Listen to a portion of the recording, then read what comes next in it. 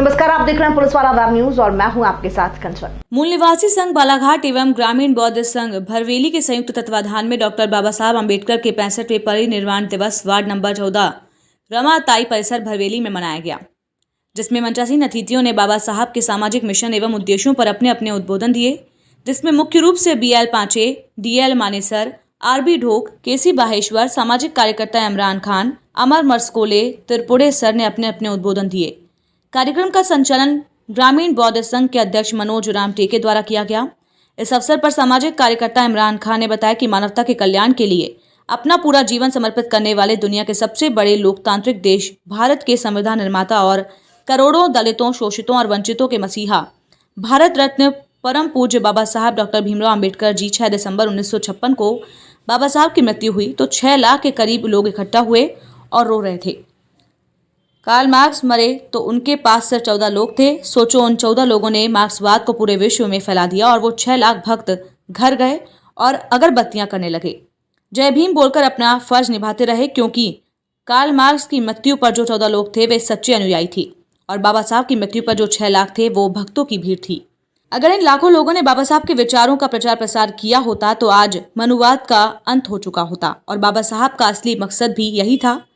कार्यक्रम के पश्चात उपस्थित ग्रामीण एवं बौद्ध संघ भरवेली के सदस्यों द्वारा रमाताई परिसर से बौद्ध विहार भरवेली तक एक कैंडल रैली का भी आयोजन किया गया। निर्माता और डॉक्टर बाबा साहब अम्बेडकर के आज इस परिनिर्वाण दिवस पर उपस्थित सम्मानीय मंच और उपस्थित जन समूह जो यहाँ श्रद्धांजलि देने उपस्थित हुए हैं, इन सभी का मैं हार्दिक स्वागत करता हूँ। मैं बहुत कम शब्दों में अपनी बात रखूंगा क्योंकि हमसे भी काफ़ी सीनियर लोग यहाँ इकट्ठा हैं और काफ़ी अच्छे अच्छे विचार उन्होंने बाबा साहब को दिए हैं श्रद्धांजलि स्वरूप। मैं एक बात कहूँगा आपसे, जब 6 दिसंबर 1956 को डॉक्टर बाबा साहब अम्बेडकर की मृत्यु हुई थी तब उनकी श्रद्धांजलि को देने के लिए 6 लाख लोग इकट्ठा हुए थे उनको श्रद्धांजलि देने के लिए, और सभी लोग उनके नारे लगाते रहे, जय भीम बोलकर, और अपना फर्ज निभाते रहे। और जब सर कार्ल मार्क्स की मृत्यु हुई तो उनके मानने वाले उनकी मृत्यु पर सिर्फ 14 लोग थे, वो उनके सच्चे अनुयायी थे, और हमारे जो 6 लाख लोग थे ये अपने घर चले गए और अपनी अगरबत्तियां लगाते रहे। अगर ये लोग अपना सच में डॉक्टर बाबा साहब अम्बेडकर के संविधान जो बनाया उन्होंने और उनके जो विचार थे, अगर इसका प्रचार प्रसार करते तो आज हमारी ये हालत ना होती और जड़ से मनुवाद खत्म हो गया होता, क्योंकि यही बाबा साहब का सपना था और भारत में बहुजन समाज का गठन हो और सारे भारत पर बहुजन समाज का एक अधिकार हो। मगर क्या हम सोचें कि हम सही में बाबा जी के संविधान को मान रहे हैं?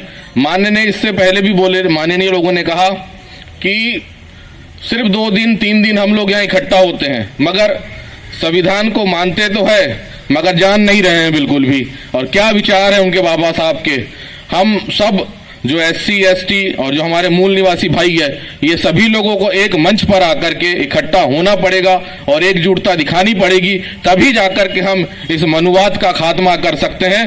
और हम बाबा साहब का जो संविधान जिस तरीके से बोला जाए, प्राइवेटाइजेशन बोला जाए या निजीकरण के जरिए खत्म किया जा रहा है बाबा साहब के संविधान को, उसको रोक सकते हैं। उसके लिए हमें आगे आना होगा। जैसे बाबा साहब तो अकेले थे, अकेले ने लड़े थे, मगर आज हमारे पास सब कुछ है, फिर भी क्या होता है, हमारे ऊपर के जो लोग हैं वो क्या होता है, हमारा साथ देते नहीं देते।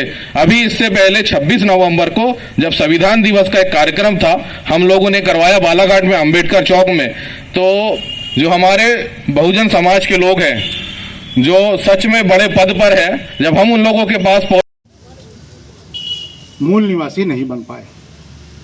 मूल निवासी संकल्पना बाबा साहब अम्बेडकर के प्रेरक गुरु महात्मा ज्योतिबा फुले ने दिया था। महात्मा ज्योतिबा फुले ने कहा था कि हम इस देश के मूल निवासी हैं। और मूल निवासी कौन?